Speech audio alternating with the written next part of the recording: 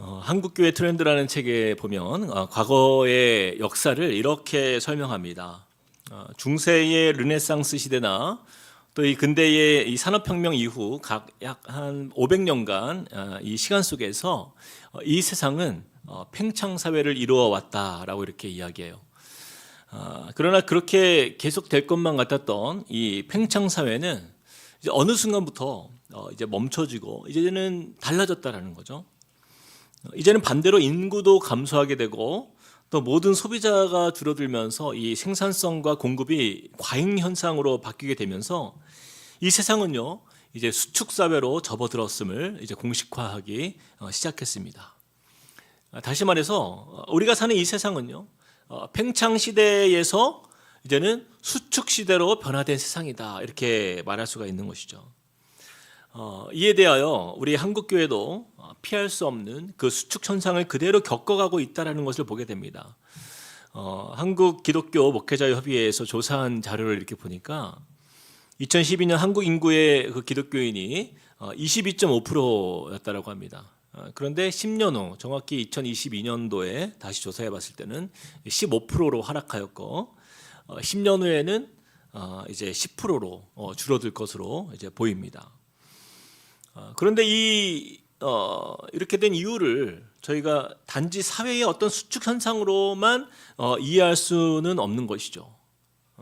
만약에 단지 인구가 줄었기 때문에 교회의 성도들도 줄어드는 것이 원인이라 한다면 그 인구에 비례해서 기독교인의 숫자도 비례하여 줄기 때문에 이 자연적 인구 감소로 인해서 기독교 인구가 아무리 줄더라도 그 22.5%의 그 퍼센트는 유지가 되어야 하는 것이 옳은 것이죠. 하지만 지금 한국교회의 감소 현상의 원인은요 단지 이 수축 현상이 아니라 성도들이 교회를 떠나는 이탈 현상이라고 보는 것이 더 정확합니다. 이러한 교회의 이탈 현상은요 단지 젊은이들만 해당되는 것이 아니라 40, 50대 이상의 일반 교인들 포함한 전방위적으로 성도들이 교회를 떠나는 그 이탈률이 높은 상황이기 때문에 더 심각한 문제라고 우리가 보게 되는 거예요. 가장 안타까운 전망은요 현재 100명 미만의 작은 교회가 한국 교회의 70%를 차지하고 있는데 앞으로 당장 5년 이내에 그러니까 한 2029년 정도 그 이내에 그 100명 미만의 작은 교회들 중 20%가 사라질 가능성이 크다라고 합니다.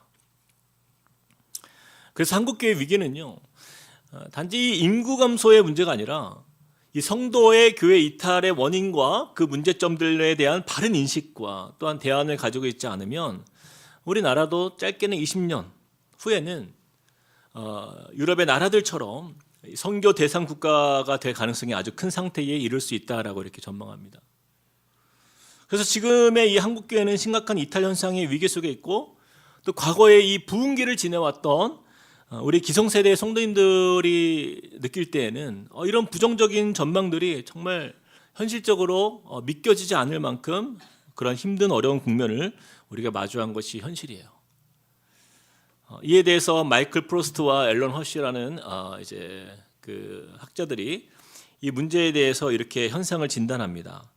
성장지향의 교회들은 사람을 모으기 위해 매력적인 교회가 되기 위해 노력했지만 예수께서 이 땅에 오신 성육신적인 모습은 찾아보기 어려웠다. 참 의미 있는 이야기예요. 예수님께서 이 땅에 오신 성육신적인 모습은 찾아보기 어려운 이 현대의 교회의 모습. 그래서 한국교회 성도들이 왜 교회를 이탈하는가? 그 원인은 아주 간단합니다. 한마디로 말하면 이렇게 정리할 수 있어요. 교회가 교회답지 못하고 목회자가 목회자답지 못하고 또 성도가 성도답지 못한 이유인 것입니다. 이처럼 한국교회가 이 수축 현상을 뛰어넘어서 심각한 이탈 현상의 이 흐름 속에 중요한 기로에 서게 된 우리 한국교회의 저 같은 목회자들과 또 우리 성도님들에게는요 저와 여러분이 원하든 원치 않든 간에 우리는 공적 책임이 우리에게 이미 주어진 거예요. 앞으로 우리가 어떻게 교회를 세워가는가에 따라서 한국교회의 그 소망을 발견하게 될 수 있을지 아니면 이 급속히 변해가는 이탈 현상의 흐름 속에서 속수무책으로 그렇게 넘어지는 한국교회로 앞으로 계속 나아갈지 그 모든 앞으로의 이 판걸음이 저와 여러분에게 있음을 우리는 깊이 인지하고 또 피할 수 없는 이 현실을 우리는 마주하는 것입니다. 그래도 우리에게 아직 기회가 있고 소망이 있는 것은요. 그 목회사역 연구소 글로벌 리서치에서 조사한 내용을 보니까 교회를 떠난 이 가나안 성도들이 있잖아요. 그들이요. 그들을 대상으로 이렇게 조사를 해봤는데 만약에 건강한 교회가 있다면 이 영적 난민의 생활을 마치고 그 공동체 안으로 들어갈 의향이 있는가? 근데 거기에 대해서 그렇다라고 대답한 가나안 성도들이 무려 67%였어요. 그러니까 70% 가까운 성도들은요, 지금 교회를 나오진 않지만 건강한 교회가 있다면 그 교회를 나는 다시 나가고 싶다. 저는 우리 함께 꿈꾸는 교회가 이 어려운 시대의 사회 속에서 우리가 개척이 되고 또 세워진 교회로서 우리 역시 건강한 교회를 향한 이런 시대적 외침을 외면할 수 없는 이 한국 교회의 이 시대적 사명감을 가진 교회가 되어야 한다라고 저는 믿습니다. 이 시대의 성도들이요, 교회를 떠나지만 그 떠나는 이유를 보면 결국 교회에 대한 실망이에요. 그리고 아픔과 상처, 또 마음 둘 곳 없는 그 정처 없이 그 떠돌아다니는 영적 난민처럼 살아가는 성도들 이 시대에 너무나 많이 있잖아요. 우리도 그 시대적 책임감을 가지고 우리도 바른 교회를 향한 마음의 거룩한 부담감을 우리가 잃어버려서는 안 된다라는 것입니다. 이런 시대적 고민 속에 있는 우리에게 오늘 말씀은요, 이 교회의 본질에 대해 말씀하고 있어요. 어떤 교회가 교회다운 교회인가에 대해서 대안을 제시해 주는 아주 중요한 말씀입니다. 그래서 저는 오늘 이 말씀을 통해서 수축현상과 이 이탈현상으로 한국교회의 이 암울한 미래가 우리 앞에 있을지라도 이 말씀을 통해서 우리에게 소망을 주시고 다시 도전하게 하시는 거룩한 하나님의 그 꿈이 우리를 통하여 그 이루어지는 교회가 될 수 있도록 저는 우리 마음을 리빌딩하는 그런 시간이 되기를 원합니다. 자, 그렇다면 교회다운 교회란 무엇인가? 오늘 본문의 베드로전서 말씀은 어떻게 말씀하고 있는지 우리 같이 한번 살펴보겠습니다. 자, 첫 번째입니다. 교회다운 교회란 무엇인가? 같이 한번 읽어볼까요? 시작. 예수님께서 성도의 모델이 되시며 기준이 되는 교회입니다. 우리 4절도 한번 읽어볼게요. 시작. 사람에게는 버림바가 되었으나 하나님께는 택하심을 입은 보배로운 산돌이신 예수께 나아가. 먼저 베드로는요, 오늘 말씀을 통해서 이 예수 그리스도를 산돌이라고 소개하면서 그분께 나아가야 한다 이렇게 말씀하고 있어요. 베드로는 예수님에 대해서 다른 어떤 여러 가지 멋진 비유들을 들어서 예수님에 대해 설명할 수 있었지만 오늘 말씀에서 뭐라고 설명하고 있어요? 산돌. 왜 하필 돌로 비유했을까? 여러분, 그것은 베드로의 이름과 좀 관련이 있습니다. 베드로의 이름은요, 여러분 우리가 잘 아시는 바대로 게바, 우리말로 반석이라는 뜻이에요. 반석. 돌입니다. 돌. 본래 베드로의 이름은 우리가 원래 이름은 무엇이었죠? 시몬이었어요. 그러나 예수님께서 어느 날 제자들에게 너희는 나를 누구라 하느냐 이렇게 물었을 때 베드로가 이렇게 대답하지 않습니까? 주는 그리스도시요 살아계신 하나님의 아들이시니이다. 그때 예수님께서 베드로를 축복하시면서 말씀하십니다. 바요나 시몬아 네가 복이 있도다. 이를 내게 알게 하니는 혈육이 아니요 하늘에 계신 내 아버지시니라. 그리고 베드로에게 이렇게 말씀하세요. 마태복음 16장 18절 말씀. 또 내가 내게 이르노니 너는 베드로라. 내가 이 반석 위에 내 교회를 세우리니 음부의 권세가 이기지 못하리라. 자, 이제 이후로 여러분 누구의 이름 위에 교회를 세우겠다 말씀하세요? 베드로의 이름인 그 반석 위에 내 교회를 세우겠다라고 말씀했어요. 근데 이것을 천주교에서는 이 문자적으로 해석해서 베드로를 초대 교황으로 이렇게 삼았잖아요. 그래서 베드로를 교회의 시작이라고 여깁니다. 그렇다 보니까 여러분 카톨릭의 교회 중에서 가장 유명하고 최고 등급에 해당하는 성당이 있는데 그 성당이요, 그 로마의 바티칸에 있는 성 베드로 대성당이에요. 여러분 화면을 보시겠지만 너무나 웅당하지 않습니까? 네. 근데 여러분 생각해 보세요. 이 베드로가요, 자신의 이름이 높아지기 위하여 이러한 교회 건물을 막 아름답고 웅장하게 짓는 것을 그가 원했을까요? 저는요, 바로 이 지점이 천주교의 가장 큰 잘못과 실수가 있다고 봐요. 사실 베드로는 예수님께서 이 말씀을 그에게 주셨을 때에 그 베드로의 의미, 이 반석이라는 의미를 처음엔 잘 몰랐어요.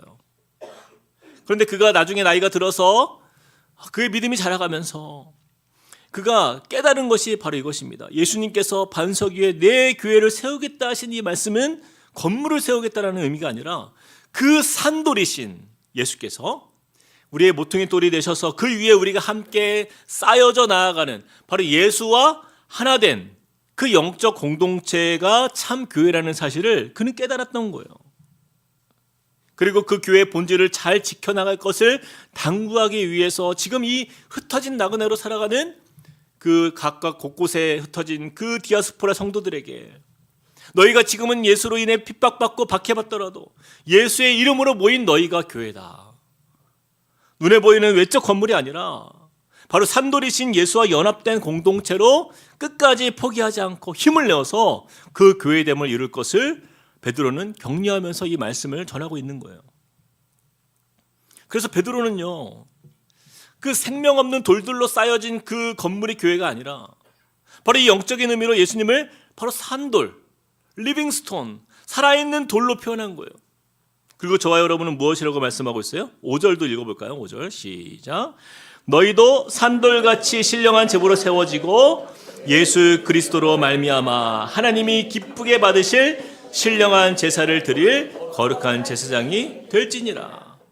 한국어에서는 이 산돌같이 이렇게 표현되어 있는데 이 부분을 영어 성경으로 보면요, 복수를 사용했습니다. living stones. 그래서 우리 성도들도 산돌들이다 분명히 말씀하고 있어요. 다시 말해서 우리 예수님처럼 우리도 산돌이 되어서 그 신령한 집, 그 영적 공동체를 함께 예수님과 함께 세워가는 것, 이것이 교회다라는 것이죠. 바로 이것이 교회의 시작입니다. 그러므로 우리 공동체의 중심은요, 누가 계신 거예요? 산돌이신 예수 그리스도. 그리고 그 교회를 이루는 나머지 돌들은 죽은 돌이 아니라 바로 우리 역시도 산돌들이 되어서 영적 공동체를 이루고 세워가라 말씀하시는 거예요. 그러므로 저와 여러분은요, 모두가 다 돌입니다. 돌. 근데 죽은 돌이 아니에요. 바로 살아있는 돌. 예수를 닮은 살아있는 돌. 살아있는 돌의 특징은요, 바로 자라감에 있어요. 변화됨에 있어요. 성장함에 있어요. 6절 말씀에 보니까 이렇게 말씀해요. 성경에 기록되었을 때 보라, 내가 택한 보배로운 모퉁이 돌을 시온에 두노니 그를 믿는 자는 부끄러움을 당하지 아니하리라. 우리의 산돌 되신 그 예수님이 우리의 모퉁이 돌이 되신다. 이것은요, 바로 서양식 건물에서는 가장 중요한 돌이 모퉁이 돌이기 때문에 이 모퉁이 돌이 건물의 그 모서리에 위치해서 건물을 지탱하는 가장 중요한 큰 돌이 바로 이 모퉁이 돌이에요. 그렇게 우리 예수님은 우리 교회의 머리가 되시기도 하지만 우리 교회 공동체 안에 기준이 됩니다. 예수님이 우리의 기준이에요. 그 기준 되신 예수님께서 우리를, 이 교회를 지탱하고 계시고 또 반석이 되어서서 이 교회를 바치고 있다는 거예요. 그러므로 우리가 반드시 기억해야 할 것은 어떤 이 땅에 화려하고 멋진 교회 건물들이 절대로 본질이 아니다라는 것이죠. 우리 성도님들이 눈에 보이는 그 외적 요소에 그 화려함에 빠져 우리가 교회를 다니거나 어떤 그런 편리함을 추구하는 것으로 교회를 다닌다라고 한다면 우리는 이 천주교에서 말하는 그런 화려한 그 베드로의 대성당과 같은 그런 것들을 추구하는 죽은 교회, 바로 본질을 잃어버린 교회를 우리는 세워가는 것이에요. 그래서 여러분, 베드로전서를 받아든 이 흩어진 나그네처럼 살아가는 성도들이요, 오늘 이 베드로전서의 말씀이 그들에게 너무나 위로가 되는 거예요. 우리가 지난번에 화면을 통해서 봤지만 갑바도기아 그 지하 땅 속에서 신앙생활을 하던 우리 믿음의 그 선조들이요, 무슨 뭐 돈이 있었겠습니까? 힘이 있었겠습니까? 무슨 재력이나 뭐가 있었을까요? 그들은요, 아름다운 교회를 짓거나 무슨 건물을 만들 힘도 능력도 없었어요. 그냥 그저 살아가기가 어렵고 그냥 흩어진 그곳에서 비주류로 살면서 가장 가난한 존재였어요. 그러나 아무것도 없어도 그들이 모인 곳 자체가 교회였습니다. 왜요? 그 안에 예수 그리스도께서 중심이 되어주셨기 때문에. 그 안에서 그들은 빛도 없는 지하에서 눅눅하고 답답하지만 그들은 함께 모여 말씀을 나누고 하나님 찬양하고 기도하면서 그렇게 영적 교회 공동체로서 전혀 부족함 없는 은혜가 가득한 교회 공동체였다라는 거예요. 제가 여러 자료를 찾아보면서 로마 근교의 그 나폴리나 시라쿠사 같은 이런 몇 지역을 살펴보면 우리 신앙의 유적들이 정말 그곳에 많은데 그중에 기독교인들에게 있어서 가장 도전이 되는 신앙의 흔적들이 있어요. 그것이 무엇이냐면 카타콤입니다. 카타콤. 여러분 카타콤은요 라틴어 단어인데 이 카타라는 단어는 가운데라는 뜻이고 그 다음에 툼바스 무덤들이라는 단어가 합쳐져 가지고 카타콤이라고 이렇게 표현해요. 무덤들 가운데. 이게 무슨 뜻이냐면 공동묘지 지하 무덤이에요. 지하 무덤. 공동묘지의 지하 무덤. 그 뜻입니다. 로마의 박해가 시작된 1세기부터 이제 뭐 사도 시대, 네로 시대 이어서 이제 3세기까지 박해가 지속되는데 주후 3세기 때 데시우스 황제 로마의 이 황제의 칙령에 의해서 교회 박해가 절정을 이루었을 때가 있었습니다. 성도들이 박해 때문에 예배를 드릴 수가 없는 거예요. 그럼 그들이 더 이상 예배드릴 곳을 찾지 못해서 어디로까지 가게 됐냐면 바로 공동묘지 지하까지 내려간 거예요. 거기가 카타콤이에요. 한번 사진을 보시면 여러분 이것이 바로 지하 무덤입니다. 여러분 벽에 보이는 돌들이 있죠? 돌이 아니라 뼈입니다. 뼈. 예, 무덤의 뼈예요. 이처럼 우리 믿음의 선진들이요, 이 여러 로마의 박해를 피해서 예배드릴 곳을 찾다가 어디까지요? 지하 바로 묘지에까지 들어가서 거기에 모여서 예배를 드린 거예요. 놀랍지 않습니까? 여러분 이 카타콤의 구조는요, 지하 10에서 15m 정도 깊이의 여러 층으로 땅을 파가지고 거기다가 이렇게 넓은 방을 만들었어요. 지하 묘지예요. 그래서 통로의 곳곳에는요, 시체의 뼈들이 빼곡히 그렇게 쌓여 있는 것을 지금도 볼 수 있습니다. 지금도 가서 볼 수 있어요. 네. 또 다음 사진 한번 보여주겠어요. 여기가 이제 시체를 안치하는 곳이에요. 바로 여기에서 예배를 드렸습니다. 이 카타콤이요 로마 주변에서만 60개 정도 발견이 됐고요. 여러분 프랑스 파리에 가도요 이 카타콤이 있습니다. 여러분 프랑스에 여행 가면서 별로 볼 것도 없는 에펠탑 같은 데서 사진 찍다가 소매치기 당하지 마시고 이런 믿음의 선배들은 어떻게 신앙을 지켜왔는지를 여러분 좀 이런 카타콤에 좀 가서 믿음의 도전도 받으시고 그렇게 하셔야 돼요. 여러분 교회는 이런 겁니다. 교회는 이런 거예요. 터키의 그 갑바도기아와 같은 그 지하 땅 속에서 생명력 있는 교회 공동체가 거기서 일어나는 거예요. 카타콤과 같이 사람들이 꺼려하는 그 공동묘지 그 지하에서 그들은요 성령의 임재가 넘치는 예배를 그곳에서 드렸고 살아있는 교회 공동체가 그 안에서 일어났다라는 거예요. 어떻게 이런 일이 가능합니까? 단 하나예요. 우리의 산돌이신 예수 그리스도께서 우리의 영적인 모퉁이돌 되시기에 그분 뜻대로 함께 모여 예수와 연합한 공동체, 그 성도들이 함께 모여 주 앞에 서는 자리가 진짜 교회이기 때문이에요. 에베소서 2장 21절에서 22절 말씀 우리 같이 한번 읽어봅시다. 그의 안에서 시작. 그의 안에서 건물마다 서로 연결하여 주 안에서 성전이 되어가고 너희도 성령 안에서 하나님이 거하실 처소가 되기 위하여 그리스도 예수 안에서 함께 지어져 가느니라. 여러분 이런 면에서 우리 한국교회는 좀 반성해야 돼요.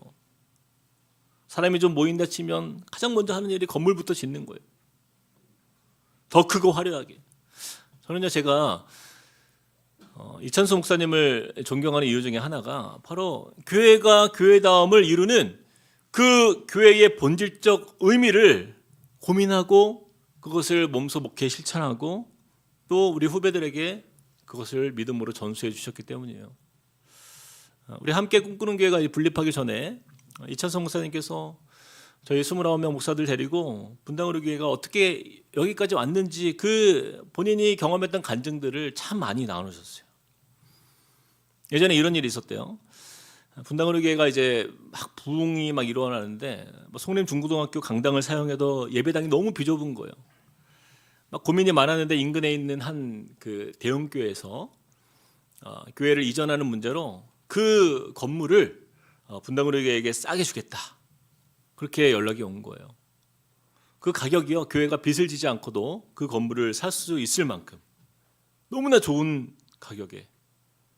이런 기회가 어디 있습니까? 그래서 모든 당회 장로님들이 한 목소리로 우리가 쓰던 안 쓰던 우선 사놓고 보자. 우선 이런 기회가 또 어디 있겠습니까? 사놓고 보자. 사놓고 고민하자. 이런 이야기를 했다라는 거예요. 근데 목사님이 마음으로 너무 사고 싶은데 사야 할 이유를 따지면 너무나 많아서 당연히 사는 것이 맞다라고 생각을 한 거죠. 근데 그러나 목사님이 하나님 앞에서 기도하면 할수록 하나님께서 기뻐하지 않는다라는 확신이 든 거예요.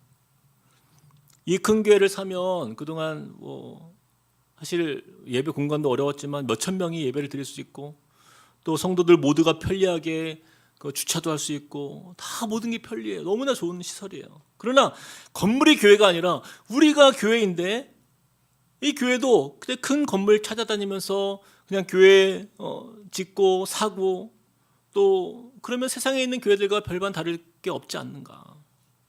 사람이 많다고 더 큰 건물, 더 모이면 더 큰 건물 짓고 이것이 과연 옳은가. 이런 질문들 속에서 교회 본질을 많이 고민하면서 결국에는 그 건물을 사지 않게 된 거예요. 그렇게 안 하기로 이제 장로님들에게 통보하고서는 목사님이 일주일 동안 병이 난 거예요. 본능적으로 너무 사고 싶은데 인간적으로는 너무 갖고 싶고 사고 싶고 너무 바랬는데 주님이 주시는 마음은 그게 아니니까 그걸 절제하는 게 너무 힘들어서 일주일 동안 병이 왔는데 너무 힘들었대요.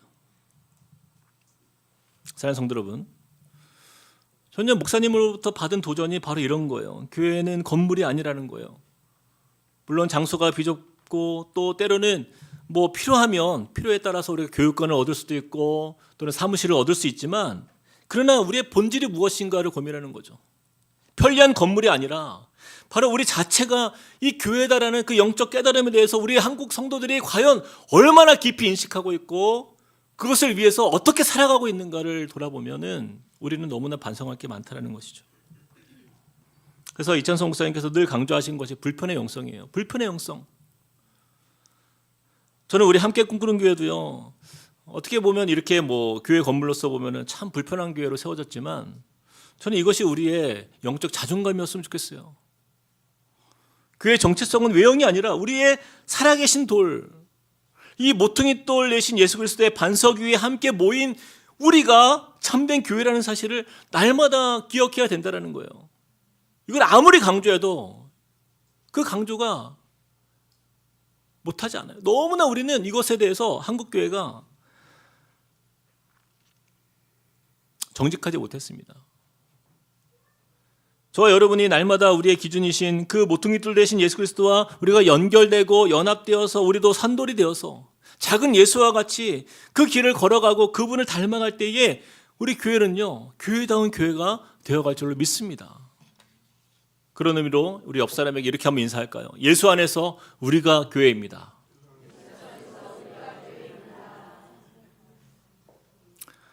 자, 교회다운 교회란 무엇인가? 두 번째 한번 읽어볼까요? 성도가 시작. 성도가 거룩한 제사장으로 역할을 감당하는 교회입니다. 5절 말씀에 이렇게 말씀해요. 우리 같이 읽어봅시다. 5절 너희도 시작. 너희도 산돌같이 신령한 집으로 세워지고 예수 그리스도로 말미암아 하나님이 기쁘게 받으실 신령한 제사를 드릴 거룩한 제사장이 될지리라. 자, 5절의 첫 주어가 뭐라고 나와요? 너희도 이렇게 나오죠. 너희도 무엇이 되라? 거룩한 제사장이 될지라. 여러분 누가요? 너희가 라고 말씀하고 있어요. 우리 성도가 거룩한 제사장이라 말씀하고 있는 거예요. 많은 분들이요 이 말씀이요 굉장히 좀 잘 와닿지가 않아요. 왜냐하면 보통 제사장은 누구예요? 구약시대의 백성들을 대표해서 제사를 드렸던 이스라엘의 종교 지도자들이잖아요. 그러면 이 시대의 제사장은 목회자가 아닌가 이런 생각을 합니다. 그런데 여러분 문제는요 성경은 전혀 그렇게 얘기하지 않는다는 거예요. 분명히 말씀합니다. 너희가 흩어진 나그네로 살아가는 모든 성도들 너희가 거룩한 제사장이 될지니라. 이것은요 교회다운 교회를 세우는 데 있어서 가장 우리가 중요하게 여길 우리 성도의 정체성이에요. 여러분 구약의 제사장의 역할이 무엇이에요? 이스라엘 백성과 하나님 사이에서 중재자 역할을 했던 존재가 제사장이에요. 그래서 그들이 죄를 지으면 백성들이 죄를 지으면 그 죄를 가지고 하나님께 나아가서 그들의 죄 씻음을 위해서 제사를 올려드렸어요. 그런데 여러분 예수님께서 이 땅에 오심으로 말미암아 이 신약 시대가 되어서 예수님을 통해서 어떤 일이 일어났어요? 마가복음 15장 38절 말씀. 이에 성소 휘장이 위로부터 아래로 찢어져 둘이 되니라. 하나님의 아들이신 예수께서요, 자신이 몸소 희생제사로 화목제물이 되어서 십자가에서 죽으실 때에 성소의 휘장이 위에서 아래로 갈라지는 역사가 나타난 거예요. 그리고 우리는 어떻게 할 수 있습니까? 히브리서 6장 19절 말씀. 우리가 이 소망을 가지고 있는 것은 영혼의 닷 같아서 튼튼하고 견고하여 휘장 안에 들어가나니. 이제는 제사장만 출입할 수 있었던 그 성소로, 대제사장만 출입할 수 있었던 그 지성소로 우리도 함께 이제는 그 안으로 들어갈 수 있는 거룩한 하나님의 자녀가 되었다라는 거예요. 다시 말해서 우리 모두가 거룩한 제사장이 되어서 거룩한 하나님께 우리가 직접 스스로 나아갈 수 있게 된 것입니다. 그래서 여러분 뭐 천주교에서 보면 막 신부님에게 가서 막 고해 성사하잖아요. 이게 다 비성경적인 거예요. 너희가 거룩한 제사장이 될지니라. 이제는 예수의 십자가 보혈로 우리가 직접 하나님께 나아가 기도할 수 있고 예배할 수 있고 하나님께 나아갈 수 있는 제사장이 되었다라는 거예요. 그래서 우리가 반드시 이것을 기억해야 됩니다. 저를 따라서 한번 해봅시다. 나는 거룩한 제사장이다. 그래서 우리 성도들은요, 교회 안에서 이 제사장 역할을 해야 되는 거예요. 여러분, 제사장의 존재는 어떤 존재예요? 나를 위해 사는 인생이 아니에요. 자신을 위해 있는 존재가 아닙니다. 백성들과 하나님 사이에서 중재자 역할을 하는 것이 제사장이에요. 그러므로 거룩한 제사장은 내 옆에 있는 성도가 힘들거나 또는 어려움이 있거나 어떤 문제가 있거나 죄 가운데 빠져 있거나 혹은 뭐 어떤 어려움이 있을 때 하나님께 나아가기를 어려워하는 그 사람들을 도와서 하나님께 인도하는 사람이 바로 제사장인 거예요. 어떤 분들이 이런 건 뭐 순장님들이 해야 되는 거 아닌가? 그렇지가 않은 거예요. 이것이 우리 거룩한 제사장 된 성도의 본분이다라는 거예요. 그래서 히브리서 13장 16절 말씀 우리 같이 한번 큰 소리를 읽어봅시다. 시작. 오직 선을 행함과 서로 나누어 주기를 잊지 말라. 하나님은 이 같은 제사를 기뻐하시느니라. 하나님께서 어떤 제사를 기뻐하신다고요? 오직 선을 행함과 서로 나누어 주기를 잊지 말라는 거예요. 여러분, 거룩한 제사장은요, 바로 이런 제사를 드리는 사람이에요. 마치 뭐 예배 시간에 막 거룩하게 앉아서 예배만 잘 드리는 사람이 거룩한 제사장이 아니라요, 내 주위에 도움이 필요한 사람들, 또한 복음이 필요한 사람들, 또한 도움이 필요한 이웃들에게 선을 행하는 사람, 삶의 어려움을 당하는 사람들에게 예수의 사랑을 나누어주는 사람, 바로 이것이 거룩한 제사장이 드리는 제사라고 성경은 말씀하고 있는 거예요. 여러분, 왜 성도들이 교회를 떠나면서 이렇게 이탈 현상으로 어려움을 한국교회가 겪고 있어요? 우리 한국교회가요, 이것을 거꾸로 해왔기 때문이에요. 거꾸로. 교회 안에서 예배는 잘 드립니다. 얼마나 기도도 많이 하고 예배를 많이 드리는지 몰라요. 뭐 제가 정말 여러 나라를 가봤는데요, 우리 한국교회 성도들만큼 예배를 잘 드리는 성도가 없어요. 제가 그 미국 교회 이렇게 설교하러 한번 가본 적이 있었는데 정말 막 앉아서 막 껌 막 씹으면서 막 다리 꼬고 막 어떤 사람은 막 어떤 분은 연인 같아 막 서로 막 얼마나 그냥 막 얼싸안고 같이, 이게 무슨 교회인가? 한국 성도들만큼요, 뭐 새벽부터 철야까지 얼마나 예배를 잘 드립니까 우리가? 그런데 하나님께서 기뻐하시는 제사, 하나님이 기뻐하시는 예배는 단지 이 예배 시간 안에만 머물러 계시지 않는다라는 것을 우리 한국교회가 간과했기 때문이에요. 아니, 이것을 별로 중요하게 여기지 않은 부분이 큽니다. 한국교회 안에 경건의 모양은 있는데 경건의 능력이 나타나지 않는 거예요. 히브리서 10장 8절 말씀에 이렇게 말씀해요. 같이 시작. 위에 말씀하시기를 주께서는 제사와 예물과 번제와 속죄제는 원하지도 아니하고 기뻐하지도 아니하신다 하셨고 이는 다 율법을 따라 드리는 것이라. 여러분, 한국교회 문제는요 바로 여기 있어요. 율법을 따라 드리는 예배는 너무 잘했는데 거룩한 제사장의 삶의 예배는 경시했기 때문입니다. 우리 신앙의 삶과 이 예배의 자리에서의 삶이 너무나 다른 거예요. 다른 거예요. 여러분, 이 시대의 가난한 성도들이 다 그것 때문에 교회 떠난 거 아닙니까? 거룩한 제사장으로 우리를 부르셨는데 예배 때만 거룩해요. 제가 예전에 청년 사역할 때 우리 청년들 상담해 보면 교회를 떠나는 청년들의 모습을 볼 때 많은 부분 그랬어요. 부모님이 교회에서의 모습과 가정에서 모습이 너무 다르다. 난 그런 하나님 별로 믿고 싶지 않다. 저는 그런 상담 정말 많이 했어요. 우리의 삶은 전혀 거룩한 제사장이 아니라면, 그렇다면 우리는 그 죽은 예배를 드리는 구약 시대의 그 율법적 제사장이 될 수밖에 없는 거죠. 우리 함께 9절 말씀 같이 한번 봅시다. 9절 시작. 그러나 너희는 택하신 족속이요 왕같은 제사장들이요 거룩한 나라요 그의 소유가 된 백성이니 이는 너희를 어두운 데서 불러내어 그의 기이한 빛에 들어가게 하신 이의 아름다운 덕을 선포하게 하려 하심이라. 사랑하는 여러분, 우리를 예수님처럼 산돌들로 우리를 교회로 이루게 하시고 거룩한 제사장으로 세워주신 이유는요, 바로 그 아름다운 덕을 선포하게 하려 함이라, 이 말씀에 있는 거예요.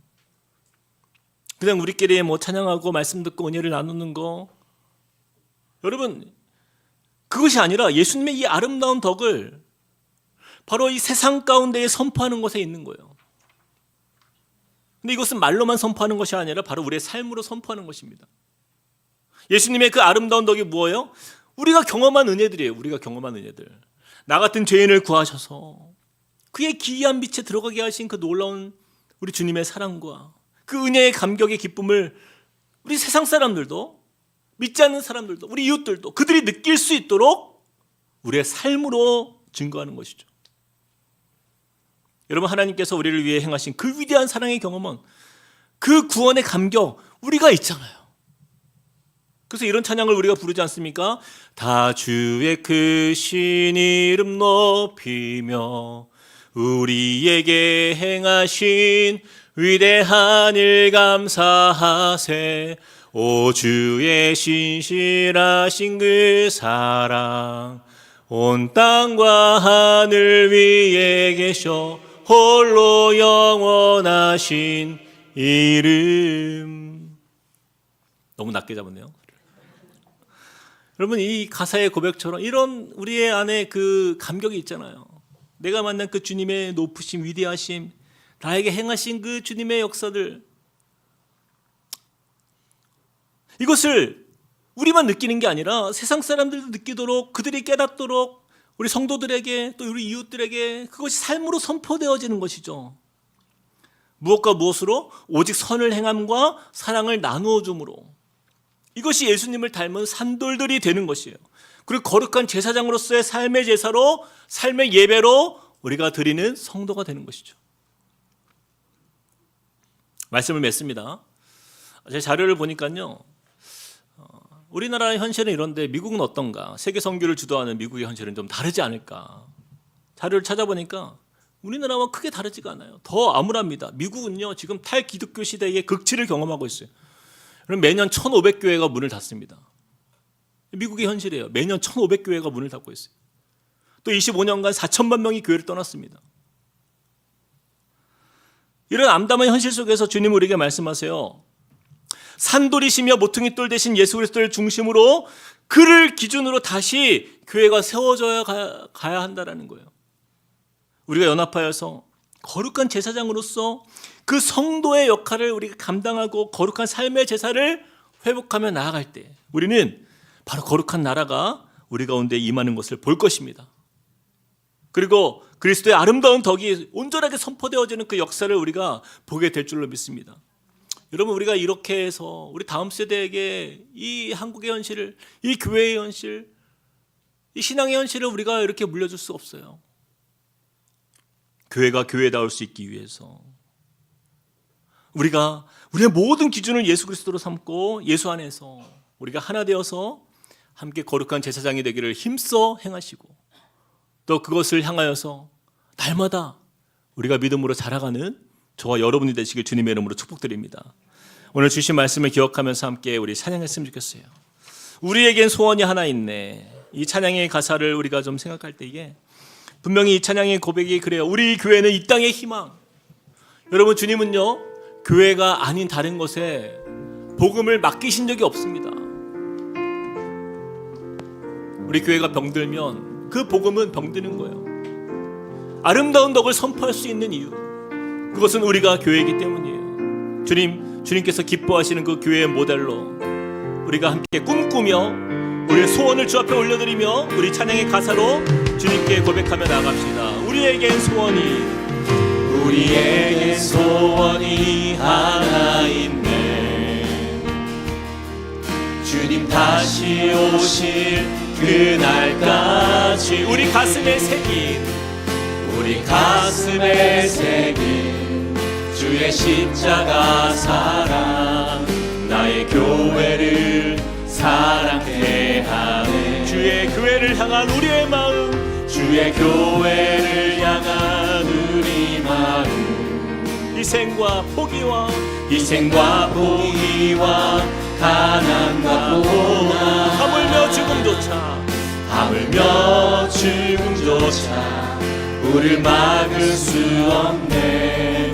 우리 교회는 이 땅의 희망.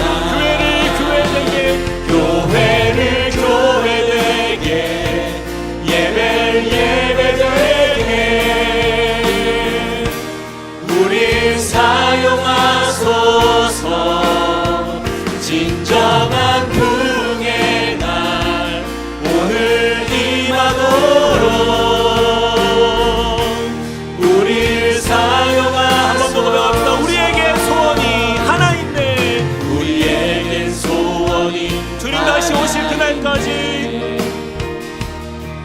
주님 다시 오실 그날까지 우리 가슴에 새긴 주의 십자가 사랑,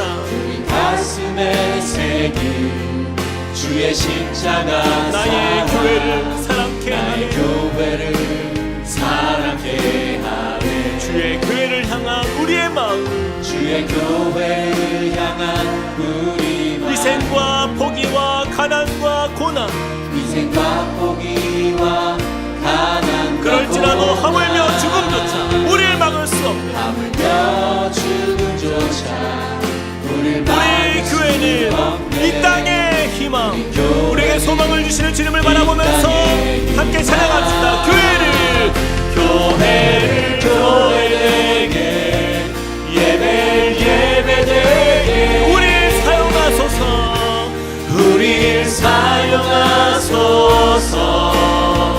진정한 부흥의 날 오늘 임하도록 우릴 사용하소서. 교회를 교회되게, 예배되게 우릴 사용하소서. 진정한 부흥의 날 오늘 임하도록 우릴 사용하소서. 우리가 정말 이 시간에 기도하며 나갈 때에 그렇습니다. 오늘 교회란 무엇인가? 바로 예수께서 우리 성도의 모델이며 기준이 되는 교회, 바로 주님이 우리의 산돌이시며 모퉁이돌 되신 예수 그리스도, 그분을 닮아서 우리도 산돌들이 되어 함께 세워져 가고 자라가는 것이라 했습니다. 주님, 그러한 교회가 되게 하여 주십시오. 우리의 삶이 그렇게 주님 우리의 삶 속에서 살아있는 돌로 하나님 모든 삶의 순간마다 그 주님이 증거되고 나타나게 하여 주시옵소서. 그렇게 거룩한 제사장으로 역할을 감당하는 믿음의 삶으로 살 수 있도록 하나님, 나를 통하여 하나님의 선하신 교회가 아름답게 일어나는 것에 하나님 쓰임받는 믿음의 삶이 되길 원합니다라고 우리 같이 한번 기도하며 나가시겠습니다. 사랑의 하나님, 주님을 의지합니다. 하나님, 우리 가운데에 하나님 주님의 그 은혜와 사랑을 의지하며 나아갑니다. 하나님, 주님 우리에게 아버지 하나님 맡기신 말씀을 하나님, 우리가 어떠한 상황과 시하소 우리의 보배로운 산돌이신 예수께 나아가 하나님 주님과 함께 신령한 집으로 세워지고 예수 그리스도로 말미암아 우리가 함께 신령한 제사를 드리는 거룩한 제사장이 되는 것을 기뻐하게 하여 주시옵소서. 하나님, 우리에게 맡기신 이 제사장의 본분을 감당하기 원합니다. 하나님, 우리의 삶에 주님의 은혜가 임하게 하여 주시고 하나님의 말씀의 능력이 임하게 하여 주시고 하나님 거룩한 제사장으로 살아갈 수 있도록 하나님 은혜 더하여 주시옵소서. 우리를 통하여서 잃어버렸던 영혼들을 주님께 돌아오는 역사를 하여 주시옵소서. 주님의 이름이 축복되는 자리로 우리를 인도하여 주시고 하나님의 역사하심이 나타나길 소망합니다. 하나님, 우리 가운데에 그 신이 마음과 심령 하나님 주님 교회당 그 교회를 향한 꿈을 하나님 우리가 잃어버리지 않길 원합니다. 하나님 어떠한 상황에서도 하나님 우리가 주님과 함께 세워지는 거룩한 믿음의 공동체로 나아가게 하여 주시옵소서. 죽은 자가 되지 않게 하여 주시옵소서. 살아있는 하나님 산돌로 우리를 세워주시옵소서. 우리 시간에 한 번 더 기도하며 나갑시다. 우리 같이 한번 교회를 위해서 기도할 때에 우리 교회는 외형적인 것이 아니라 우리가 교회라고 했는데 하나님 또한 우리가 자라감에 있어서 또 배워감에 있어서 함께 우리가 정말 애쓰고 또한 함께 정말 산돌이 그렇게 살아있는 그 역사 정말 예수 그리스도를 닮아가는 그것을 향하여서 우리가 힘써 우리의 삶을 드리길 원합니다라고 하나님 우리가 멈춰있지 않길 원합니다.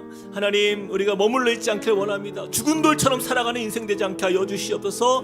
율법적인 제사장이 아니라 거룩한 삶의 제사장으로 우리를 인도하셨는데 주님 우리를 통하여서 그 아름다운 주님의 영광이 나타날 수 있는 함께 꿈꾸는 교회가 되게 해달라고 하나님 우리 이번 주부터 시작되는 다락방과 또 우리 모든 부서와 공동체 안에 그러한 자라남의 역사 주님을 닮아가는 역사 정말 교회가 교회다운 그 아름다우심이 하나님 세워지고 자라가는 역사가 나타나는 우리 교회가 되게 해달라고 우리 같이 한번 우리 기도하겠습니다. 사랑과 은혜 하나님 주님을 의지합니다. 하나님 우리 함께 꿈꾸는 교회가 오늘 말씀을 하나님 그렇게 세워져 나가는 교회가 되게 하여 주시옵소서. 하나님 우리 모든 자녀들부터 우리 어른에게까지 하나님 주님 안에서 우리가 함께 나아가는 교회가 되길 원합니다. 하나님 살아있는 역사가 나타나길 원합니다. 하나님 치유와 회복과 하나님 정말 놀라운 하나님의 기적의 역사가 일어나는 교회가 되길 원합니다. 주님이 기뻐하시는 교회의 모습으로 우리가 함께 힘을 내게 하여 주시고 하나님 모든 성도들의 삶 속에 하나님 이 교회됨을 향하여서 함께 그 누구도 하나님의 성도되는 경우는 없습니다. 하나님 주님 앞에 마음을 모아가는 우리 모두가 되게 하여 주시옵소서. 하나님 신령한 주님의 말씀 앞에 하나님 겸손하게 주님을 따라가는 우리 공동체가 되게 하여 주시옵소서. 오직 선을 행함과 서로 나누어지기를 잊지 않는 하나님께서 기뻐하시는 하나님 제사가 주님 우리의 삶에서 올려지길 원합니다. 하나님 아름다운 그리스도의 덕이 하나님 우리를 통하여 선포되어지는 역사가 나타나게 하여 주시옵소서. 우리를 기이한 빛에 들어가게 하신 주님의 이 아름다운 하나님 그 아름다우심을 닮아가길 원합니다. 하나님 우리가 아버지 하나님 주님의 말씀 앞에 날마다 순종하며 하나님 사랑하며 하나님 그 말씀으로 살아가는 주의 백성 되게 하여 주시고 인도하여 주시옵소서. 주님의 아름다우신 그 마음이 우리의 모든 성도들에게 임할 수 있도록 축복하여 주시옵소서. 우리 다 함께 일어나서 찬양하시겠습니다. 교회여 일어나라 주께서 부르시니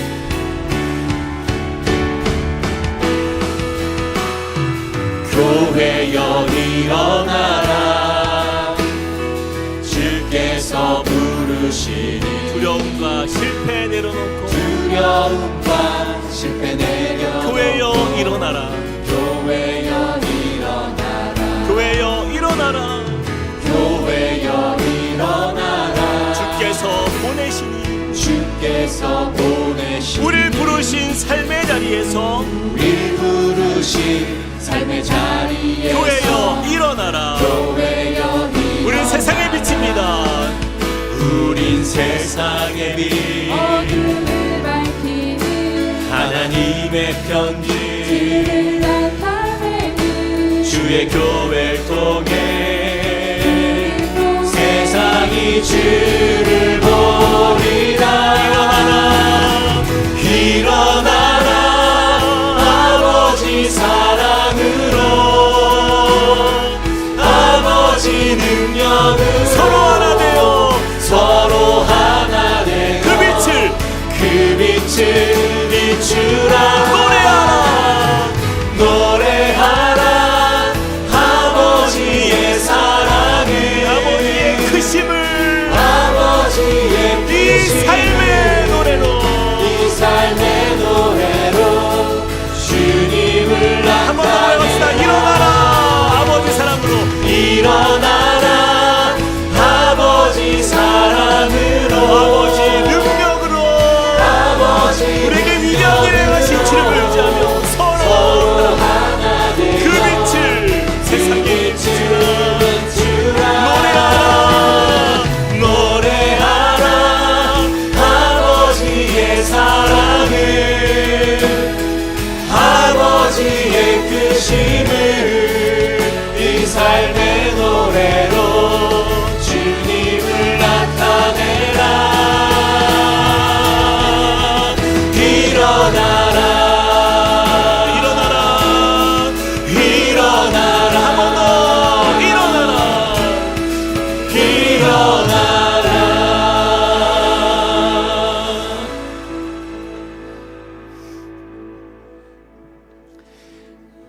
그러나 너희는 택하신 족속이요 왕같은 제사장들이요 거룩한 나라요 그의 소유가 된 백성이니 이는 너희를 어두운 데서 불러내어 그의 기이한 빛에 들어가게 하신 이의 아름다운 덕을 선포하게 하려 하심이라.